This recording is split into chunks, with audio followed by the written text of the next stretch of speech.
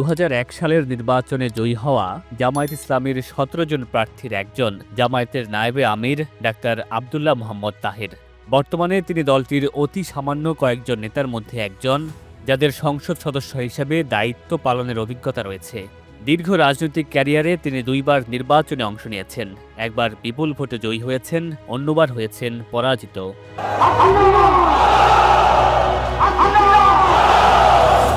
Doctor Mohammad Taher ছাত্র রাজনীতির বিভিন্ন ধাপ পেরিয়ে জাতীয় রাজনীতিতে উঠে এসেছেন। ছাত্র শিবিরের কেন্দ্রীয় কমিটির সাধারণ সম্পাদক থাকাকালীন ১৯৮৪ সালে তিনি প্রতিষ্ঠা করেন জামায়াত ইসলামীর শিশু কিশোরদের মাসিক পত্রিকা কিশোর কণ্ঠ। ২০০১ সালে কুমিল্লা ১১ আসন থেকে প্রথমবার জাতীয় নির্বাচনে অংশ নিয়ে ১,০৬,৪০৭ ভোট পেয়ে এমপি নির্বাচিত হন। তার নিকটতম প্রতিদ্বন্দ্বী আওয়ামী লীগের প্রার্থী মুজিবুল হক মুজিব পেয়েছিলেন ৪৭,১৭৬ ভোট। এমপি থাকা অবস্থায় ডক্টর তাহেরের বিরুদ্ধে দুর্নীতির অভিযোগ পাওয়া না গেলেও এরপর তিনি চাঁদাবাজি ও লুটের মামলায় গ্রেফতার হয়ে কারাগারে গেছেন।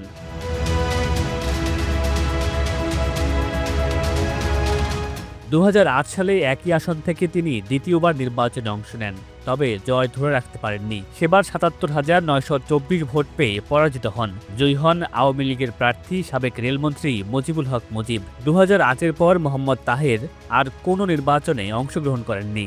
আসন্ন ২০২৬ সালের নির্বাচনে তিনি আবারও প্রার্থী হয়েছেন কুমিল্লা ১১ আসনে। সবশেষ ১৯৯১ ও ৯৬ সালে এই আসনে পৃথকভাবে নির্বাচন করেছিল বিএনপি ও জামায়াত ইসলামী। দুইবারই বিএনপির তুলনায় কম ভোট পেয়েছেন জামায়াতের প্রার্থী। এইবার এই আসনে মোহাম্মদ তাহেরের প্রতিদ্বন্দ্বী বিএনপির প্রার্থী চৌদ্দগ্রাম উপজেলা বিএনপির সভাপতি কামরুল হুদা। জামায়াত ইসলামীর হেভিওয়েট প্রার্থীদের একজন মোহাম্মদ তাহের। এই আসনের অতীত রেকর্ড জামায়াতের বিপক্ষে হলেও কেন্দ্রীয় নেতৃত্বের কারণে এই আসনটিকে জামায়াত ইসলামী সম্ভাব্য জয়ের তালিকায় রেখেছে। তবে রেকর্ড আর ভোট ব্যাংকের হিসেবে এগিয়ে আছে বিএনপি।